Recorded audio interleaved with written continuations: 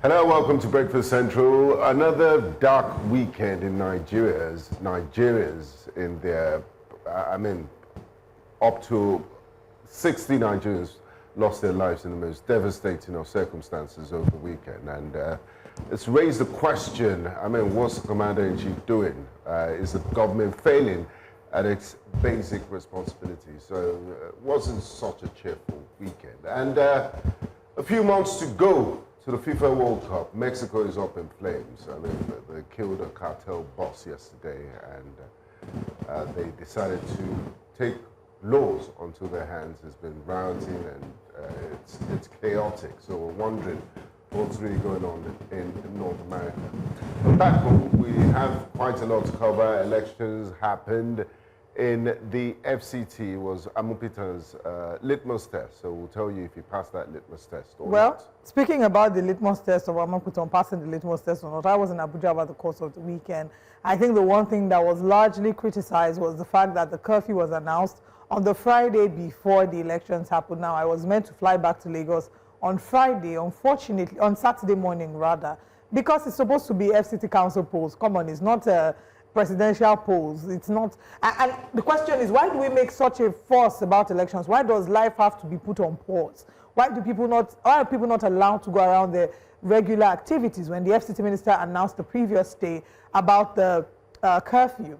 And there was a lot of uncertainty in the Federal Capital Territory, people wondering what is going to happen. And I was one of those people who was concerned about my flight. We had to end up shifting the flight to Sunday because we're not sure if we'll be able to move around on Saturday because we didn't know what to expect. For the first time ever, curfew as a result of FCT Council polls. But there's been a lot of displeasure and dissatisfaction regarding that, even though the APC seems to be smiling to the victory stand. But we'll be talking more about this throughout the show today. My name is Olive MOD, and you're welcome to Breakfast Central.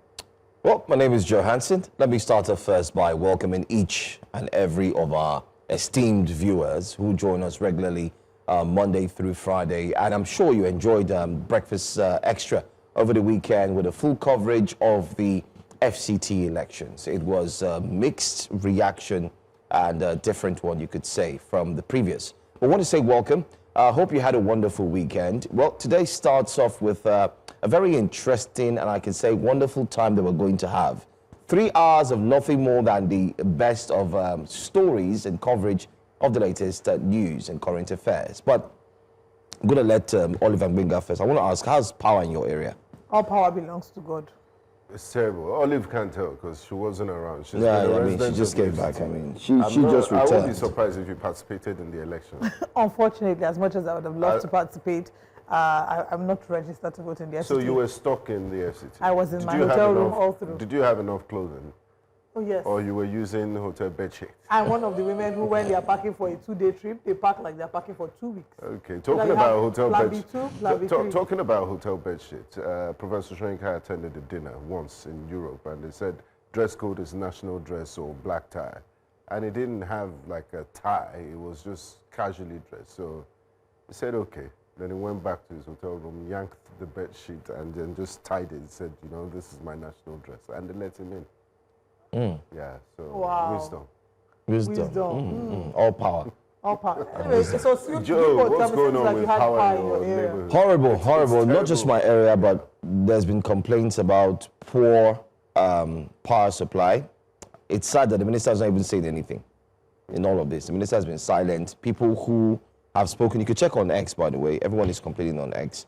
A few areas do have light, but not everywhere, and it's that bad. But we do hope that the minister will focus on power and not focus on the political drive, that he's on. That's just the truth. Hope is not a strategy. You can only hope, but you keep hoping. The only hope that is available right now is in Imo State.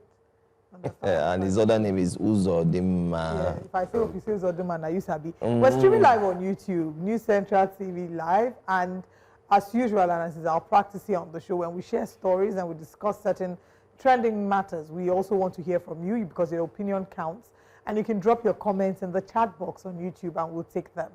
And now let's begin with the updates regarding Saturday, where the highly anticipated Area Council elections, seen as the first major test of the new leadership of the Independent National Electoral Commission, were held across the Federal Capital Territory, Kano State, and River State. But it was the FCT poll that stirred the most controversy, especially after FCT Minister Nyesom Wike publicly backed the All Progressives Congress APC to win, a comment many argue undermined neutrality. In the 6th Area Council contest, INEC declared that the APC secured 5 of the 6 councils, strengthening its dominance with victories in Amak, Buhari, Abaji, Kwali, and Kuje, while the People's Democratic Party clinched 1 council in Gwagwalada. The African Democratic Congress and others won no chairmanship seats, despite pockets of support at some polling units. However, the emergence of mutilated result sheets on INEC's online portal after collation, alongside reports of movement, restrictions, and power outages in parts of the capital, has fueled opposition allegations that the process lacked transparency and integrity. The APC, however, insists the result reflects the will of voters and dismisses manipulation claims as sour grapes, while opposition's call for an independent audit of the anomalies. INEC, which maintains only physical result sheets, determine official key questions. They say that they will investigate, but the key questions remain about who altered the documents, how were these documents altered, when did this discrepancy occur, why verification systems failed, and how the Commission will act to safeguard confidence in the FCT's electoral process. Gbenga. Sorry, I'm not Gbenga. I mean, if Welcome. I said we're expecting another result or something Reconducting different, of that will be a joke. It will be a lie. I mean, it's the same system, the same people. What do you expect? I mean, it's democracy. If you're very confident in your candidate, let's play fair and square. So you're saying that the elections were not fair? They weren't. I mean, they could have been fair, but there are certain things that the FCT minister did that would give those who oppose the ruling party more fuel to speak, because it was unnecessary. We're not going to battle, like Olive said. That curfew was unnecessary. And you disrupted lots of businesses, airlines, people's plans were up in smoke because of municipal council elections. Number 2, the FCT minister was said to have been moving around in the guise of monitoring on election day. I mean, in what capacity? He's not a registered voter. As the FCT minister, to ensure that nobody is bribing, nobody is cutting corners. Is he part of INEC? He's a partisan person, a politically exposed person who had declared his support for APC candidates. So he shouldn't have been moving around if he's not going to vote and is not a registered voter in the FCT. So that's a sad one. And also some of his comments before the polls were held. Let's just imagine for a second, if the remaining 35 plus ministers behaved like the FCT minister, would there be a country to govern? There wouldn't be a country. You're even going too far. I'm even thinking of the precedents that's been set. Whether we like it or not, Nigeria's democracy is tilting towards a very precarious state. And it's going to set a precedent that even the current people or individuals who are governing the people, when they outlive or they leave the scene, they would weep and ask themselves, oh, wait. What did we start? What did we start? They don't know what they started. I'm going to piggyback on what you said on the minister. One, the minister doesn't work for INEC. So why was he going around and checking the polls? Again, the units, the polling. in his capacity as the FCT minister, to ensure that. Let's remind him that in a capacity as a senator. Exactly. Let's also remind him that even presidents don't go round. They go to where they have to cast their vote. They do that and they leave. Same with governors. So why is the FCT minister? I think the FCT minister is playing different roles at a time in a country where he's a minister, he's leading the PDP according to him. He's also the same minister who's also supporting the APC. And Gbenga, you mentioned it quite frankly. The videos that emerged before the elections. I mean, I saw a video where the minister was saying, don't worry, all of you go and vote, leave the rest to me. What does that mean? Yeah. What does that mean, leave the rest to me? What does it mean? So leave the rest to me would... what does it mean? I'm trying to give an interpretation. I leave the rest to me, meaning I mean, that it's English. We speak English. That's- So what's that- the interpretation? wait now. That's the minister Wait going now, around. leave the rest- leave What the rest has to the me. minister got into? And you know the annoying thing? All is sorry to Will he him. be cautious? As soon as he came, the area boys were shouting, ah, rah, rah, shiri. I said, okay. But then again, let me also mention here, before you guys go on, while the minister was doing this, the no movement the curfew he imposed, something happened, and nobody's still talking about that. News Central was able to also unveil that on Saturday, the day of elections, there was a complete blockage of some roads, entrance to the FCT. And people from Gwangwalada and all those areas could not go into the FCT to cast their votes. Some were stuck in traffic. So, can one say, oh, this is strategic? Or can one say, oh, this is normal? And people are saying this is the first time. We never do our elections like this in the FCT. We're not even going to talk about the mutilated documents, the papers we saw on INEC's portal. So, this is the grounds that Nigerians are having. INEC saw mutilated sheets. INEC still counted and approved them and went ahead to declare the winners. INEC has no problem with what we call TPEX on papers, where we saw clear cancellations, we saw numbers that were added. For instance, there were local areas or localities, or better still call them LGAs, where the registered voters, accredited voters, were between 211, 212, but you had a total voting turnout and numbers of 1,200. And so where did the 1,000 come from? Then there was last minute movement of people, of electorates, from where they were supposed to cast their vote. They said they received an SMS, they were to move to another place. Why would you do that on the eve of the election? Why didn't you do it like 2 weeks ago or 3 weeks? Logistical challenges, and that's So where you would point fingers at Professor Josh Amopito. And there was also talks about INEC ad hoc staff not understanding their roles and what they need to do. Gbenga, what about the BVAS? Yes. So again, now that you've mentioned BVAS, so there's another angle to look at. The swift passing of the electoral reforms into law by the President of the Federal Republic of Nigeria. The first effect we're going to see is the effect of how that will translate at the polls in Abuja. Many have argued that the low voter turnout we saw at the FCT Council polls was as a result of, one, the loss of trust, right? I believe in the administration to be able to deliver the dividends of democracy. Two, some have argued that it's a disappointment on the part of the citizens regarding the electoral amendment, especially with regards to the fact that the president signed in what Nigerians were protesting, a huge chunk of Nigerians were protesting against, which is not including in real time in the electoral reforms. And the third thing would be the posturing of the FCT minister, who is politically biased, politically colored.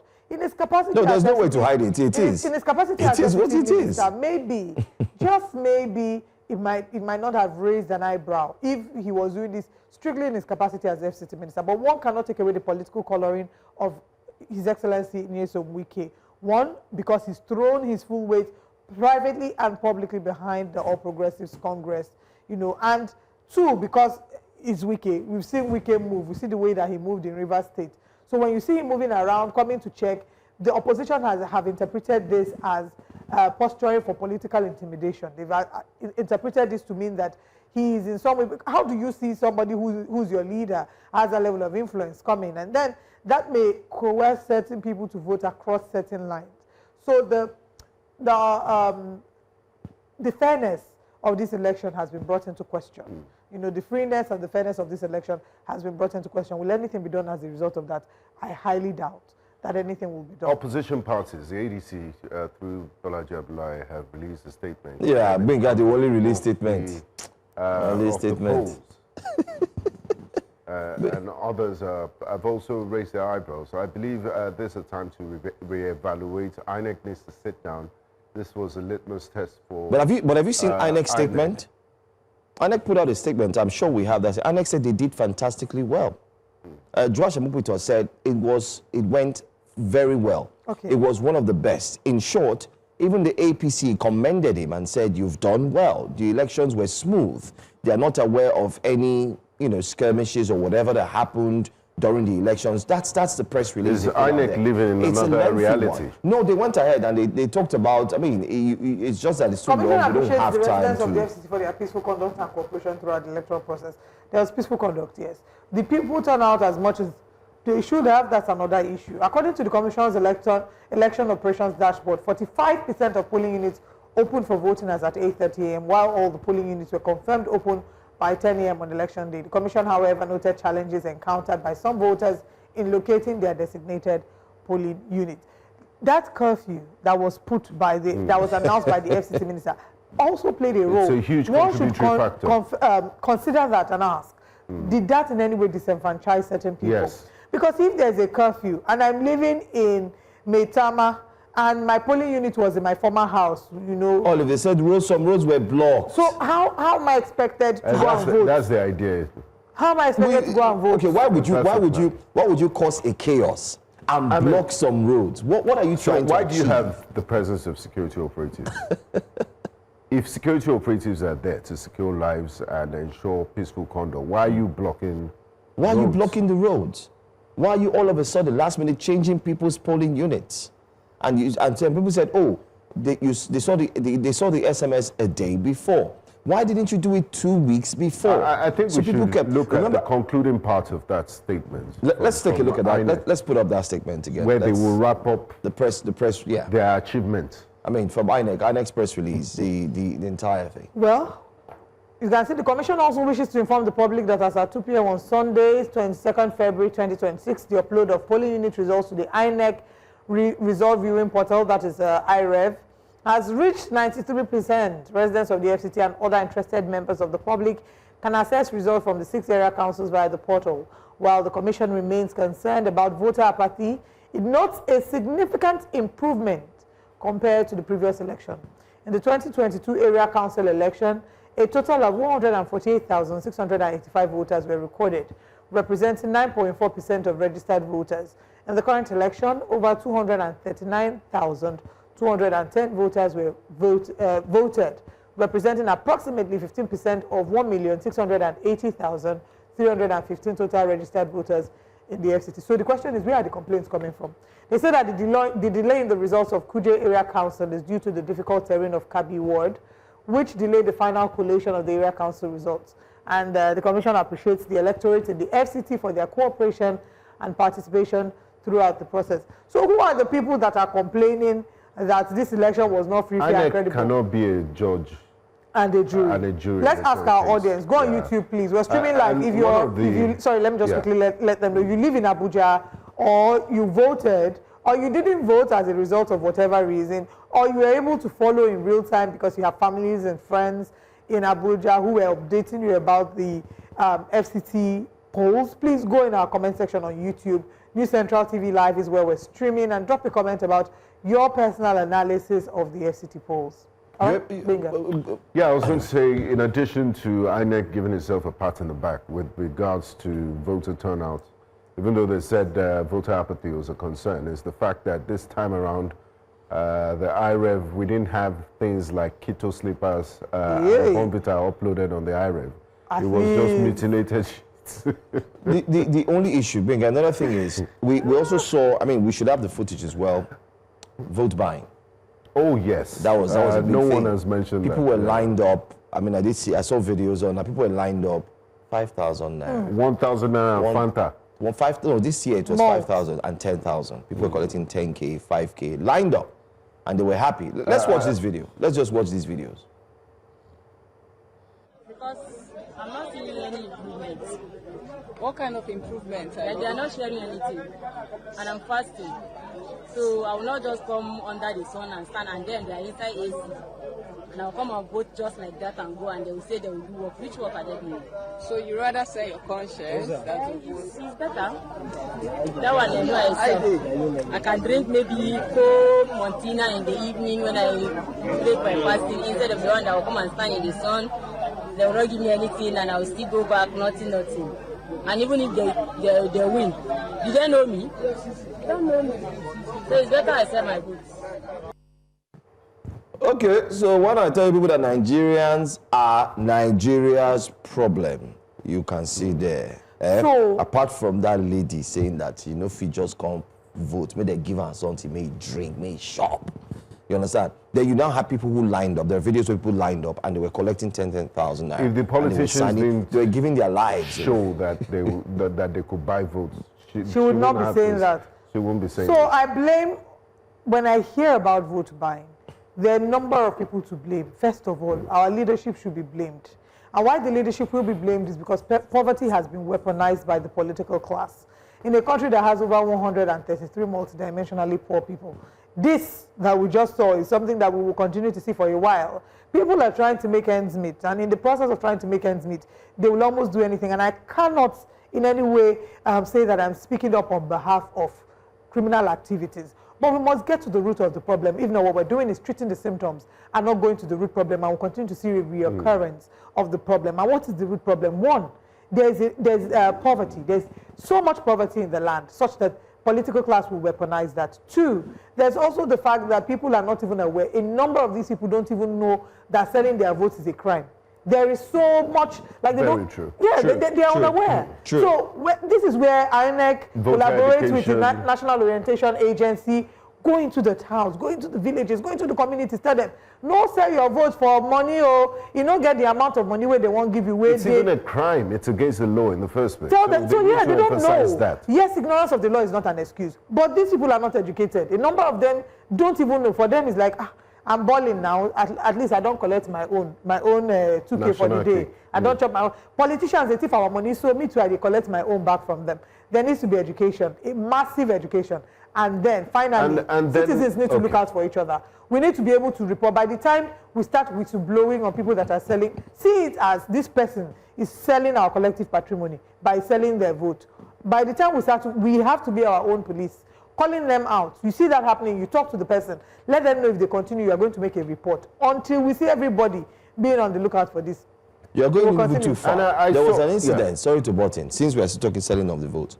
That same Saturday, our man, Sergey Ibrahim, was there when the police escorted the police officers, in quotes, police escorted men who came and took ballot papers and left. And the police guys told the people, okay, we've taken the ballot papers, and they shot tear gas and they moved. Nigerian police again. Nigerian police. In the news for bad reasons. Nigerian police. And I'm shocked that INEC has not identified these men. The IGP has not even said anything to identify who these police officers were. Just take a look at this. Take a look. You can see what's going on in the background. Individuals right now are agitated. They are angry because of certain situations that has now stalled the entire voting process. As you can see, they are angry, they are perplexed, and the summary of the matter is that right now some ballot papers are missing at this polling unit. This is AU Suleiman 003 polling unit in Abaji, and I'll be speaking with one of the polling agents here who will be giving us some more comprehensive details of what happened. Hello, boss. Good morning. Can you tell us the reason why people are shouting right now? Sure, I can tell you. Okay, good morning. Election was going successfully. Unfortunately, someone came out. Fine. That's fine. What happened? Okay.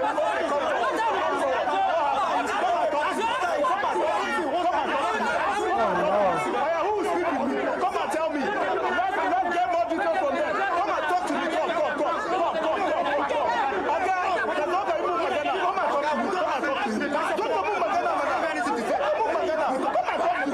So was it Mumagana? Who will speak with me? Come now.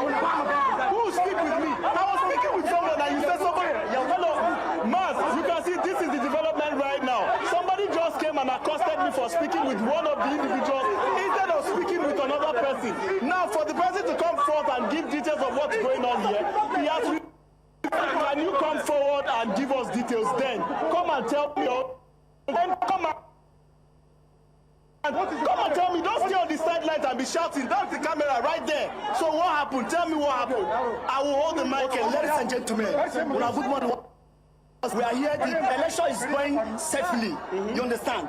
Then chairman came here to greet everybody. Okay. Then this guy starts embarrassing the chairman. That's the reason why the election was scattered. What about ballot papers? I hear that from ballot papers. Yes, no, I'm missing. Yes, the reason why the ballot is missing. You understand? When they start the fighting, because you can't say this the real person that take the ballot paper. The ballot paper means just like that. Yes. You understand? But we, you understand? As the way we are assumed, we are saying maybe, well, no, it's not maybe. Sager, if you can hear me, please be careful with your possessions. Hey, my chest. My heart twist. is spinning. This is our Nigeria. Painful. This is our Nigeria in 2026. This is the reality of what elections look like. But let's take comments to get what Nigerians are saying. But I'll start with YouTube. On YouTube, Ibisiki says, developed societies conduct elections and carry on like it's just any other day. In Nigeria, why do we announce curfews before elections? What's the improvement to our democratic process? With the curfew, with everything, look at the conduct of the elections. Michael says, recall that Wike spoke on voter apathy and note that what is on the IRF portal as improved figures are the 1,000 figures added in front of the APC results after tipexing and mutilation of results. Tim Onwubiko says, in Nigeria today, the people that have stolen power believe they can do anything and nothing will happen. Let's get now to X. We'll come back on YouTube to take more comments on News Central TV live chat box. But let's get on X and take a few more comments regarding the FCT polls. Mayor of Ogoja says, registered voters, 345 registered voters, 345 accredited voters.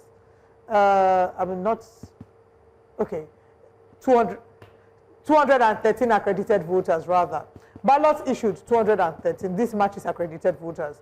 Unused ballots, 132. So they then go ahead to subtract the 345 registered voters from the 213 accredited voters, which leads to 132. Is that correct? That is correct. Spoiled ballots, 0. Rejected ballots, 2. Total votes cast, 213. Valid votes is 211, of course, because out of the 213 votes that were casted, 2 were rejected. So that leaves 211. Everything is mathematically consistent up to this point. Now, the shocker. APC scored 1,212 votes in the same unit. That is impossible because total votes cast, 213. Total valid votes, 211. A single party cannot score 1,212 votes in a unit where only 213 people voted. That's over 5 times the total number of voters. Conclusion, either it's a typographical error, result manipulation, or completely fabricated figures. This one will be origi-rigi. This one are mathematics will cry for justice. Hey, let's take our next tweet. This is quite long. It says, the indigenous people of the FCT rewarded the opposition Labour Party in 2023 against their own brother, Philip Aduda. We all celebrated it win and was happy with democracy. In the just concluded council election, I noticed how the major opposition, ADC, disrespected the peaceful and aboriginals of the FCT, especially in Amak. How dare the major opposition choose both the chairmanship candidate and his vice, both outside the indigenes of the FCT? The disrespect stinks. Again, he says, it's crucial to point out that PBAT and the APC made an indigene of the FCT a federal minister. The last time something like this happened was in 1990-1991. Police is the first interest before anything else. PBAT and APC have protected the interests of the indigenous people of the FCT and so deserve whatever support they are currently enjoying and will enjoy in 2027. The opposition must do better.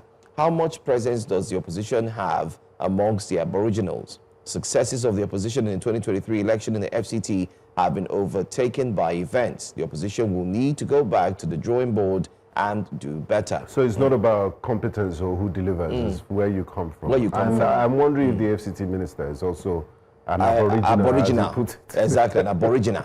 Well, Dul Solomon says, see, we can talk on the social media all we like. ADC coalition is all ready for 2027. If they can't mobilize resources enough to win ordinary Abuja council polls, what kind of resources? We need to know. You know, I'm talking about resources. Sorry to butt in there. And this is the danger we might be headed to. One comment on Twitter said it's as if we'll have to recalibrate and, you know, meet them at their game, try to outspend APC because of the vote buying. And this is a dangerous trend. It might lead to a dangerous trend. Yeah. All right, final tweet on YouTube. Frank Obute says, APC abracadabra. the more you see, the less you understand. And that's all that we're taking for now. Keep the comments coming on YouTube.